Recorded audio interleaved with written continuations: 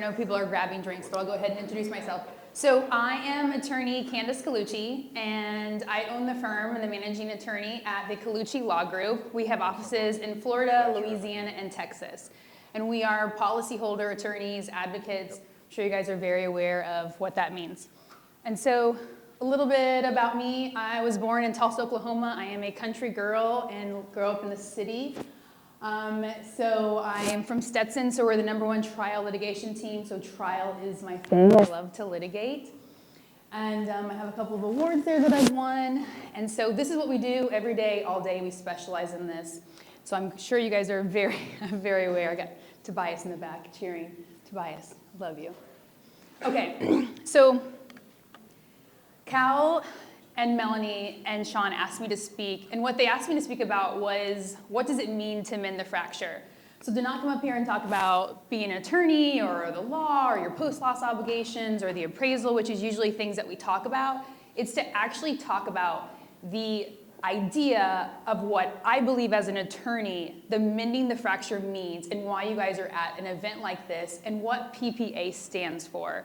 I am such an advocate of that, because at the end of the day, we have to start by recognizing that we are at war. Like, if you don't understand that right now, the way the insurance industry is, that the insurance companies are absolutely working together in every single state against the insureds, contractors, appraisers, and attorneys.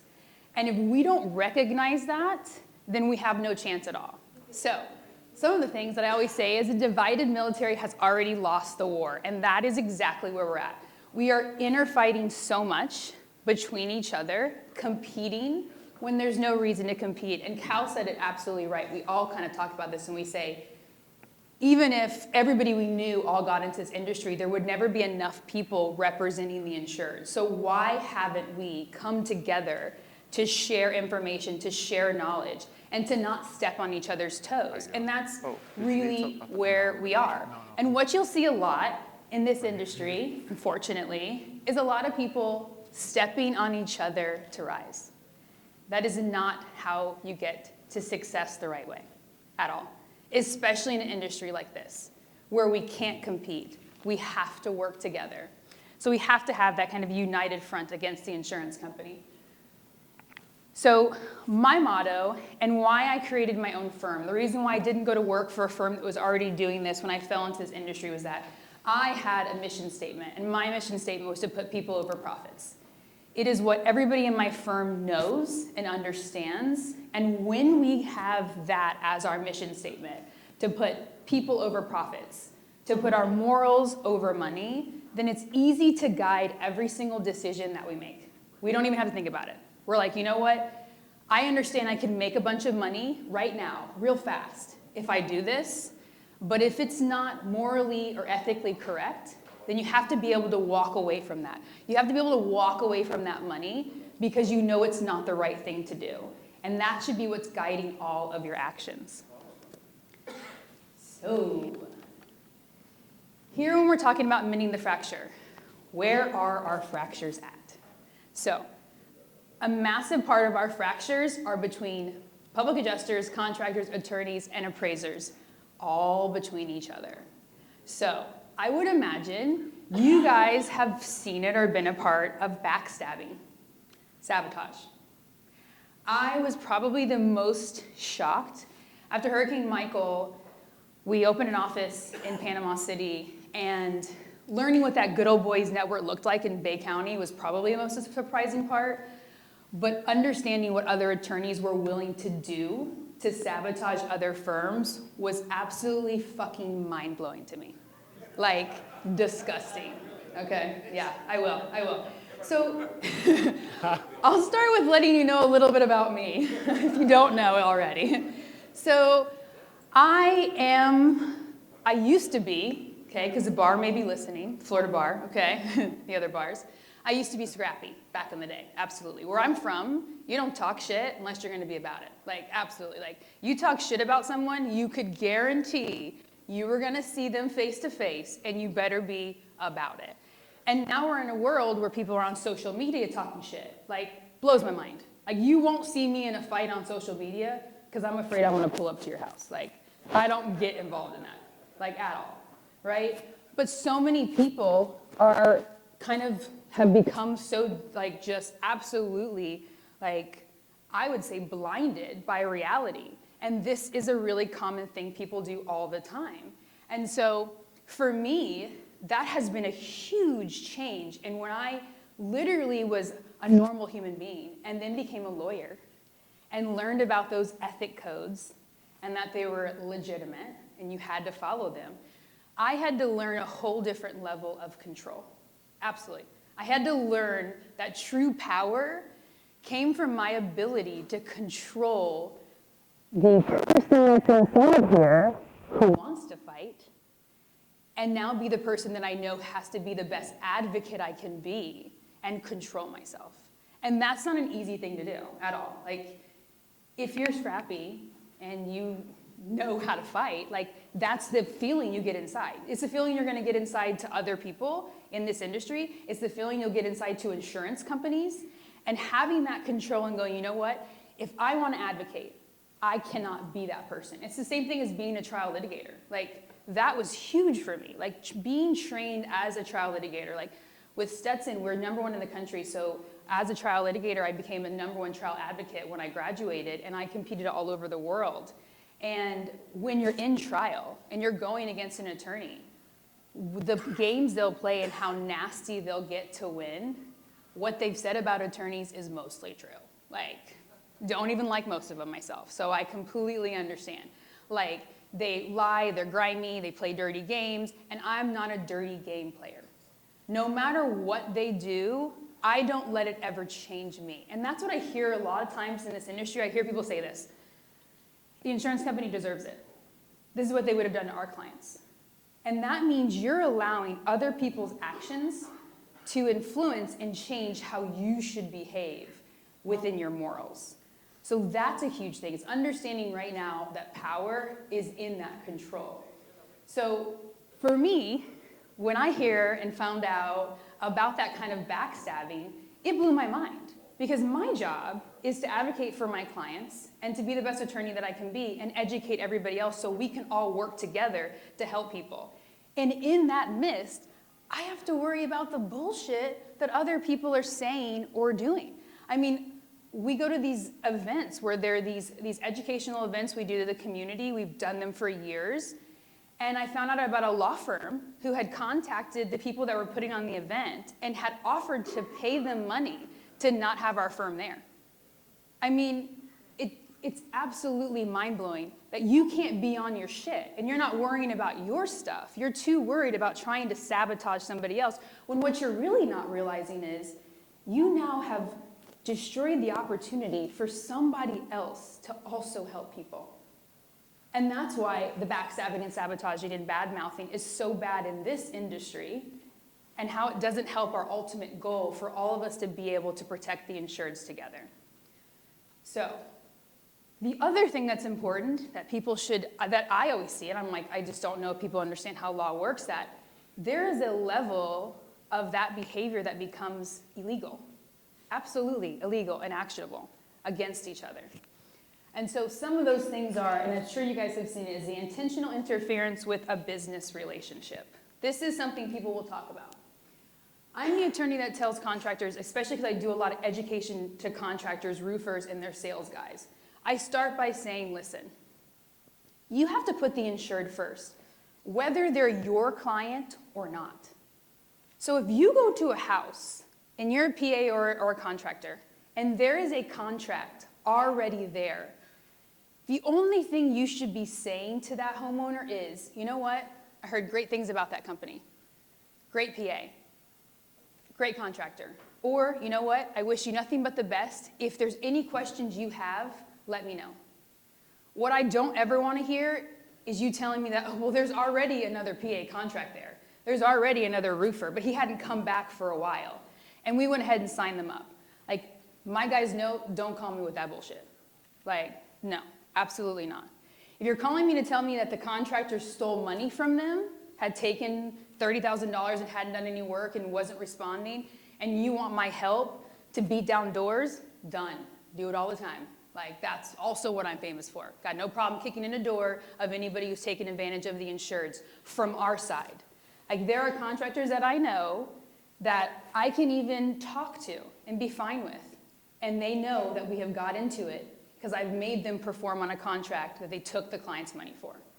So, but you should not be making it more confusing and more just distrusting of the insured by talking shit. There is enough work to go around. Go to the next house. Say, you know what? Wish you nothing but the best. Any issues, let me know, and go to the next house. Go to the next neighborhood. Like, that's how we work together, and we don't interfight, so then we can all work together to fight the insurance companies. So, in talking about that intentional interference with the business relationship, these are the elements of that, and it's a real thing. It may not happen a lot on residential claims, but I'll tell you, mess around with a commercial claim with the wrong person, and this could happen. Absolutely. And it's a real thing. So let me tell you some of those elements of it. So an intentional interference with a business relationship is when you get involved with a potential client that already has a contract with somebody else. And your motives are now to try to intercept that contract to get them to now sign with you. So think about how common that sounds. Everybody knows of an example where that has happened. Everybody knows of where you've had a contract and somebody else has come in the middle of it. So it's all fun and games, right? Until you realize it's actually against the law. And they could have a cause of action. They can sue you if the client then breaches their contract with the contract that they had. And guess what they're going to say every time? This is what the insured's going to say in a deposition. They're going to say, I didn't really have a problem until the roofer came and he told me about this other company, all these things that, I was just so scared. And at that point in time, they're like, but guess what? You can sign with me. I've seen it in an email from a roofing company where they're literally like, I'll help you get out of that contract. I have an attorney who will help you get out of that contract. All that is evidence of this. And the damages that come along with this are the damages that that person, that roofer, public adjuster, attorney would have had, that money that they would have gained, now you have to pay it to them. So that's how serious it really is. Like, we're all messing around and getting involved with other people's contracts when really you should be walking away from them. You should be helping the insured and working together. I tell people a lot of times, when insureds come to me with any problems that they have, if they're signed with somebody else, I always start by saying, hey, do these things. First of all, I'll call the company and be like, that's how you should help each other. Like, be like, hey, listen, they're saying they haven't heard from you in a month and a half and want to sign with me. Like, hey, roofer to roofer, PA to PA. Like, you got to call them back. Like, talk to them. Like, that's the way that we should have the behavior between all of us. And if people know me, that is what I've done. I've called companies. I've called law firms before and been like, or I tell the insured, hey, listen, write an email that says, I need a response ASAP, or I'm going to look for another attorney. Like, that's always a trigger, right? In the attorney world, like, even if we get a busy, like, that's the trigger, right? So I say, listen, send that to them, because I would want someone to do that to me, right? You need to be doing things that you would want somebody to do to you. Think about how much time and fucking effort we put into some of these cases for somebody to come out and rip it from underneath us. So wouldn't you appreciate a call from another person in this industry that says, listen, hey, they called me, they're super upset, like, they're talking all this stuff, they're going to leave a negative review about you online. I just want you to know, between me and you, because you'd hope they would do that to you. That's how we can switch and mend that fracture that we have in this industry. Another thing is defamation, another cause of action. You talking shit can cost you money. That's what it can do. You talking negatively about another company that causes them any type of damages, it can actually be actionable. And the way defamation works is you have to make a false statement, right? False statement of fact. You make it to somebody else, and they turn around and breach their contract because of that, you can find yourself in trouble. And the interesting thing about defamation is that there's defamation per se, which literally says, if you talk shit about somebody, that's fact that you're putting it as a fact and it's not true. Like you say, hey, they stole money, any of those kind of things. And it impugns them, it makes them look bad in their business. They don't even have to show that they had damages. It's automatically assumed that that person was damaged by the information that you gave, and then they can come after you for that. So that's how serious it gets. So I always seem to think that the reason why people are so quick to stomp on other people is because of a self-esteem. That's what I think. I think if you go and you're talking shit about another company to a potential client, it's because you don't believe in yourself. You don't believe that you are unique. You are fucking badass, and you're the shit. I don't have to stomp on someone else's company to go, listen, this is what I do. This is what I do every day. And I fight fucking hard for insureds all of the time to be the best I can. That's gonna show. So maybe you don't sign with me, but guess what? I'm here if you need anything, and I'm gonna show my value for the rest of the community. Like, that's what I'm gonna do. I'm gonna go to the next client, right? You have to understand that you bring something to the table and that you will rise. You don't have to rise by stomping on each other.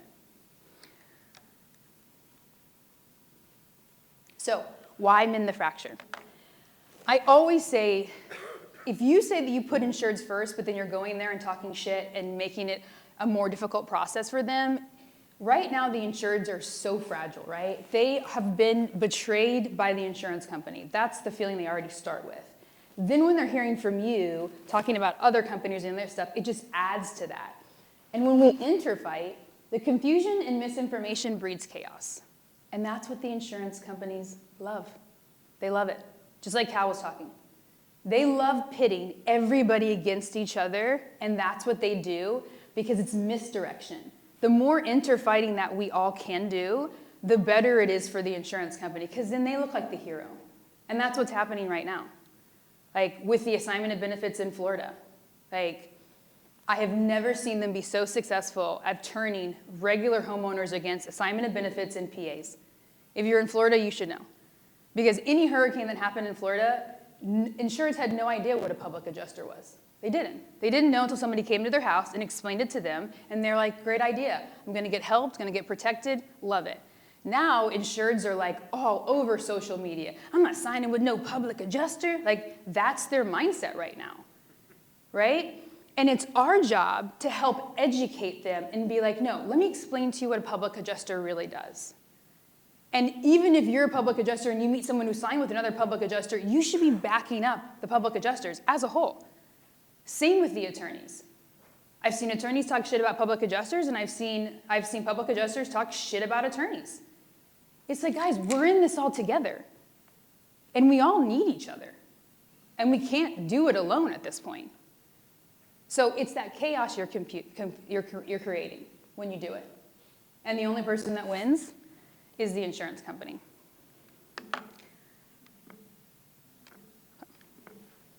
All right, so us against the insurance company. How can we mend that fracture? I really liked how Steve Patrick talked about, because we're on the same page about how you should behave with the insurance companies.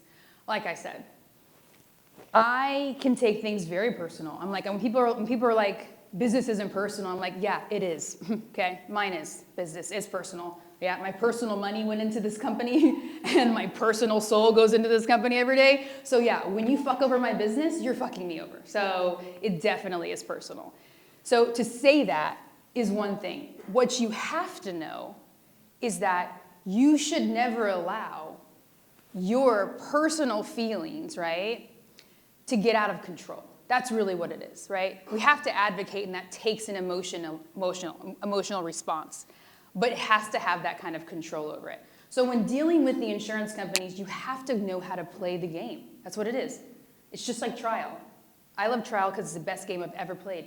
That's what it is. It's about moves. It's about how quickly you can redirect. It's about when something happens and everything changes, how quickly can you now respond to that, right? And keep your cool. That's really what it is. And understanding people is another huge thing.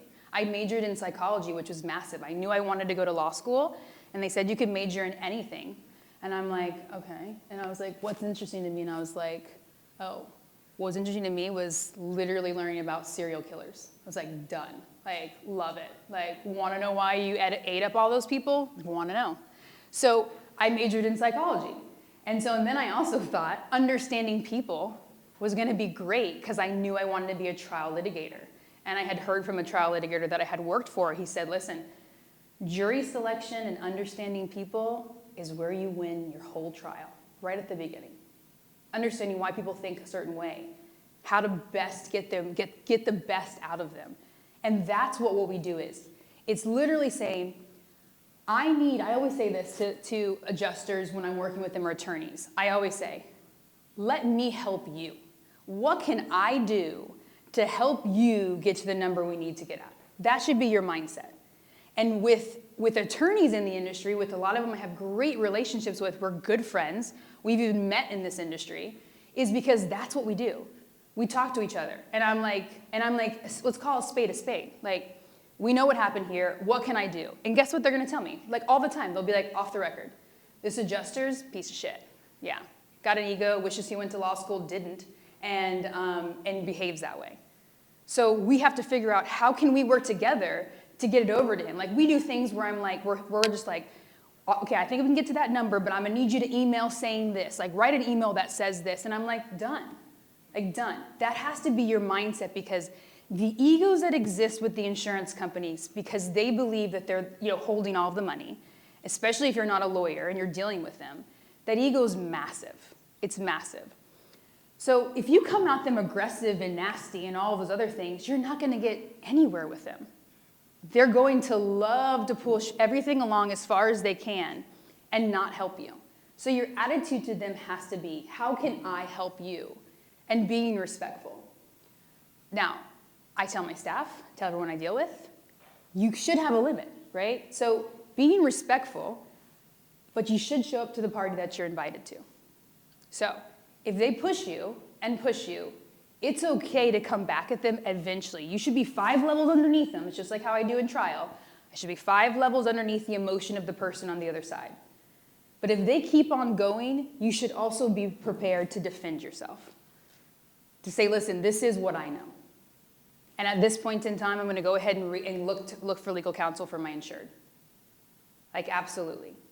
But it's making sure you've gone through those steps. You're understanding the fact that there's an ego involved on the other side. And how do you best manipulate that to get what you want for the insureds? And I see it sometimes.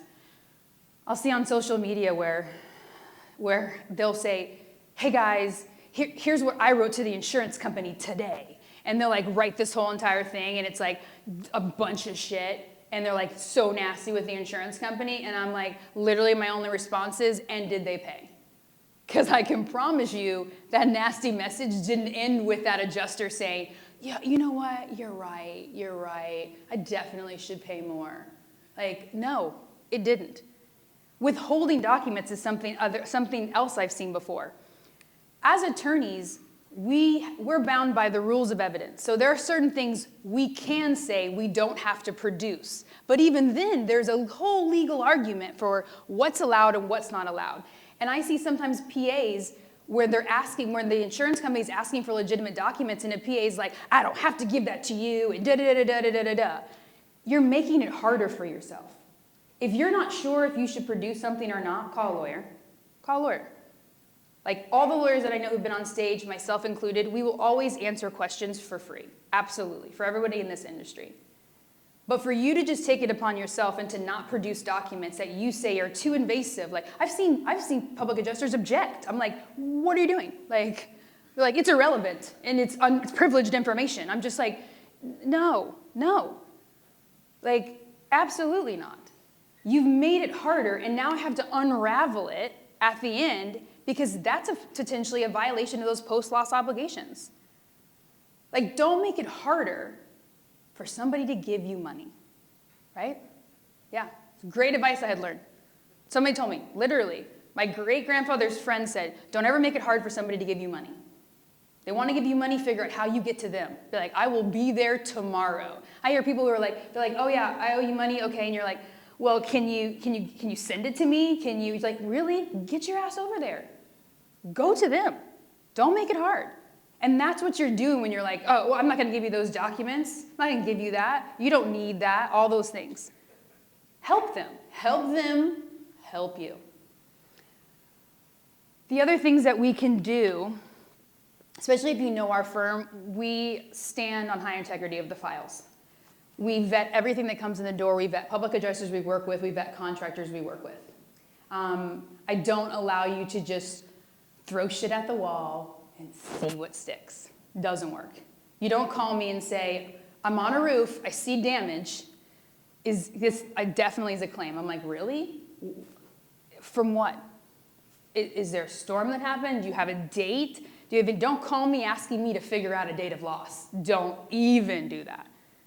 Because the date of loss has to come from, does anybody know where the date of loss needs to come from? The insured. Because that's the person who will have to be prepared. I don't take a file from the beginning as a trial litigator that I cannot litigate all the way to an appeals process. That's how my mindset is. And that's how I keep my name clean in the industry and everyone else that I have dealt with names cleaned in the industry. I'll be the first to tell a new PA that we're working with, we go through their estimate, I say, hey, here are things you don't need to have on them. A water dry out company, I'm like, take the emergency after hours bullshit off of it. Like, there are just things that are triggers for insurance companies that piss them off from the beginning. It's just like the conditions at the beginning and stuff that turn out to be a chunk of money. It's like, just figure out something else. Because those are the things that the insurance company is looking for, especially if your estimates start being crazy and out of control. Write for things that are only damaged in connection to that date of loss. Ask the insured. You should be asking the insureds. When you go to a home and you've got old damage and new damage, there should be conversations to say, hey, and if you've been to any of our inspections, if you've ever talked to any of our insureds, those are conversations that happen where we're like, hey, I see this crack here. Did you ever recall seeing that before the storm? That should be a conversation. You shouldn't be going in there, especially shouldn't be going in there and write an estimate where the insureds aren't there. That should be a trigger number one. If they're not even there and you haven't talked to them about some of those areas, how do you truly know what's from the storm and what's not? Because I'll ask the insureds because I want to make sure they're going to be able to stand behind it. And sometimes they're very honest about it because I'll tell them, be honest with me. Like, did this happen before? Had you seen it? And they'll be like, you know what? Yeah, I did. I had seen that cracking before. And I'm like, okay. Like, I want to know. And then we're not going to write for it. Or we'll figure out how we can still write for it potentially if something else happened. If there's a crack there, but it also had water damage, great. We get to write for it under the fact that there's water damage. That's how you make sure that you're having honest estimates and you're having an honest conversation with the insurance companies. That's a huge thing I do also. I want to know the other side better than I know mine, and I upfront those arguments to them. Like right now, especially in Florida, just like we've seen massive back in Hurricane Katrina, flood and wind is going to be the biggest fight. So I had a public adjuster call me who calls me all the time, and I always welcome those calls. And it was a great conversation. He said, how should I write the estimate? Should I just write it all together? And I'm like, no, absolutely not. You need to be the one who comes forward with the truth. To say, hey, here is the flood estimate. Here is the wind estimate. I'm telling wind, hey, there was flooding. The flooding came up to here. Like, upfronting all of those things to them. Not sending to them and be like, well, they should have to figure it out. No, that's not helping mend that fracture with the insurance companies. When you come at them with honesty, then you're more than likely going to get potentially honest back to them. So also making sure that you're adhering to all of those timelines that everybody talks about. So those timelines of when you're supposed to do something. The other thing you can do, this is all playing into that ego with the insurance companies, is they may send something to you that says, hey, within 30 days, we need these documents, okay? I've seen contractors and PAs say things, even attorneys sometimes be like, oh, there's nothing in the policy that says 30 days that you have to respond to documents, so I'm gonna turn it in whenever I can. Really? Why? What you do, you set a timeline for the 30 days. If you can't do it within the 30 days, then out of respect, you go back to the insurance company, send them an email and say, hey, I know you wanted those documents within 30 days. We're having trouble getting them. We are requesting additional 30 days. That's an ego play, right? It makes him feel like you're respecting them. Now, if they say no, you just ignore them, because at the end of the day, it wasn't a real deadline, but it makes them feel like, hey, you're listening to them, and now potentially you're going to get more money. These things always equate to more money. That's what it does. Thorough documentation. I'll tell you, I'm going to harp about the moisture mapping until I am probably like just really old at this point in time, so I'm not going to stop. I continuously get files where they have ripped everything out, all the walls out, demoed the entire place, but I have no documentation that there was water on those walls. And that's a huge thing. We are at war with the insurance companies, and every single thing you do right now needs to be clean. That's why the boot camp is such an important thing to do, getting that education, having those mentors in this industry. I heard that you guys public adjusters yesterday were saying that you were having a hard time getting information and people helping, and that's sad, right? I'm sure it felt horrible because that is the mindset people have taken. Like, you would think we're all practicing in the same damn city. Like, that's what you would think at the point in time. And if you come to these conferences enough, it'll blow your mind how small this industry truly is. And it's just us representing the entire country at this point in time. That's where we're at right now. So why wouldn't you say, hey, guess what? Here are my secrets. Here's what I've been doing. They're not going to compete with you. And let them take those secrets to wherever they're at, even if they happen to be in the same city. But that's how you work together to mend that fracture. Making sure you have photos and videos and pointing out the damage. That's another huge thing, is like, you need to understand the damage that you have. When you're taking photos, taking a bunch, sending me 2,000 damn photos of just shit, of every wall, of everything, it's just like, oh, great, thank you. Let me just rip through this. I'm like, point it out. Especially if you're a PA. If you're a PA and this is the file that you're building, where is that damage? How are you documenting that damage? And a huge thing right now, I'll just add this in, if you're doing hurricane work and you're dealing with contents, that was a huge thing that we were dealing with after Hurricane Michael, because there was just so much, some of them had so much flooding and there was so much, interior water damage, and a lot of people had contents claims. That's a huge place for the insurance companies to really start bucking back, especially once you get into litigation. So as a public adjuster, this always comes up. And for contractors too, I mean, they ask everybody these questions, is, can I get rid of my contents? And a lot of times people are like, yeah, sure, you can get rid of it. I've taken pictures of it. Yeah, that's not enough. Taking pictures of the contents is not enough. I need to know how it was damaged, why it's damaged. So taking a picture of a refrigerator, but not showing me the fact that the water had come in through that wall, or showing me the documentation that the wall behind that, where the outlet was, took on water, is not going to guarantee that that refrigerator is going to be paid. So you want to make sure you're having that full documentation if they're getting rid of stuff. Like, insureds want to throw everything out. They're just like, get it all, get rid of it. Especially now with Hurricane Ian, there has been a public announcement. I don't know where it came from, but if you've seen any footage down there, every single person has gutted their house and has put all of their contents on the street. Like, it literally looks like everyone has been evicted. That's what it looks like out down there right now. And the sad part is I literally was, at one point, I was trying to tell anyone that would listen, I'm like, did you document this? Is it truly destroyed? I mean, not everything that was in there is all damaged. So you want to make sure that you're having that correct documentation, understanding, especially when it comes to contents. Just because you took photos and videos doesn't mean it's guaranteed going to get paid by the insurance company, unless we have that further documentation that shows why it actually is not working anymore.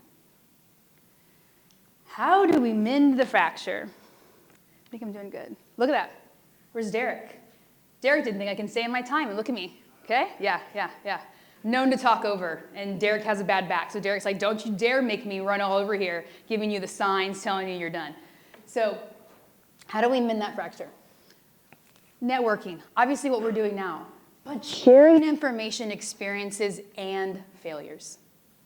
Talking about those between each other. Being like, hey guys, I just got screwed. Like, hey guys, just learned this in this claim. Like, going that further step to try to help somebody out, a new public adjuster, a new roofer, like whatever it is, and educating them. Supporting each other directly and indirectly. Indirectly. That's the part that has to be fixed. How do we help each other indirectly? Behind each other's backs. To the insurance company. Another thing, I've heard adjusters tell me, attorneys on the insurance company tell me that other PAs will talk shit about other PAs to the insurance company. It's the worst thing you can do. We have to keep it in-house. Absolutely. We have to be able to call each other. The other thing I see a lot of times is where someone's violated the advertising law, or they put signs up that are this or that, and people are like, I'm reporting you to the state. I'm like, first of all, I came from a place where snitches got stitches, so not really my vibe, okay? My vibe is to call them and educate them. I want you helping insureds. I want you to. I don't want you to get arrested. So I call them and say, hey, saw your signs out there, didn't know if you knew, but there's a new law. If anyone knows about me, that's huge. I give free forms out, free information, especially now with Florida with how much laws have changed. I have been calling so many companies, our team has, saying, listen guys, just so you know, any contract you sign as of 6 months ago completely changed. It has to have these provisions on it. It has to have a good faith line item estimate. If not, it's a $10,000 fine per one. And they're like, oh shit. Like, signed a bunch of them. I'm like, well, here you go, here's what you need. But that's what you do. Make a phone call to that company. Be like, hey, just so you know, because we're together, we're in this together. We're at war together. What benefit do I have by calling the insurance company or calling the Department of Insurance or whoever else you tried to call to tattletale on this company? That's not having each other's backs. That's that indirectly. Okay, the other thing we can do is we can party together. So, where's Randman? All right, let me show you how this was PPA, because I'm all about getting everyone together, especially different contractors and roofers we work with. I'm like, guys, talk to each other. Understand what people are charging. You're creating the reasonable market rate. There's no reason why we can't all hang out together and be like, hey, what are you charging a square? Okay, this is where I'm at, this is where you're at. So we all can be reasonable together. Okay, so I don't even know how you started, let me see. So this is a PPA event in Galveston, okay? We love some good karaoke. So this is contractors, public adjusters, attorneys, all different people in different areas of the industry. Oh, here we go.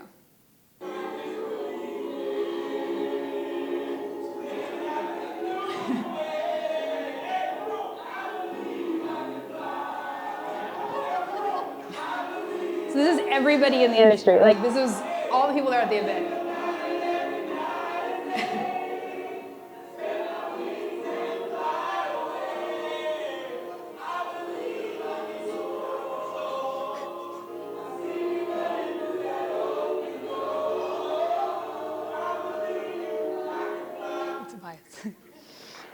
So, right, Randman back there. We try to do a healthy karaoke all the time when we're together. Also, I own a nightclub in Tampa, Florida. So it's Club Piranha. We're 5 floors in Ybor. You guys are always welcome. I tell everybody, come down. You will have an amazing time. We'll get you in, tables, bottle service, all that fun stuff. But we also party there together. Like, this is a place where I invite other law firms. And I'm like, guys, we can all do this together. Like, all different people in the industry, but that's kind of the idea and the mindset about it is like, we've got to come together as a whole, but it starts really within. And we have to look at us all together as being partners in this. Not another company, but another partner. We're all partners in this together. I'll give you some more information. Like I said, here's my personal cell phone. If you ever have any questions, comments, concerns, any of that kind of stuff, you can always reach out to me. If I don't know the answer, I'll help you, guide you in the right direction. But like I said, is that we are here together. I'm so thankful for the opportunity to speak. I'm always willing to educate. If anyone needs any help on anything, a policy review or what the law is in that area, I can absolutely help on that. But like I say, is that you really should be going from something like this kind of conference to think about not just getting information about, the law or any of that stuff, but how do we mend the fracture? How do I make this a better industry and recognize that it's us against the insurance company?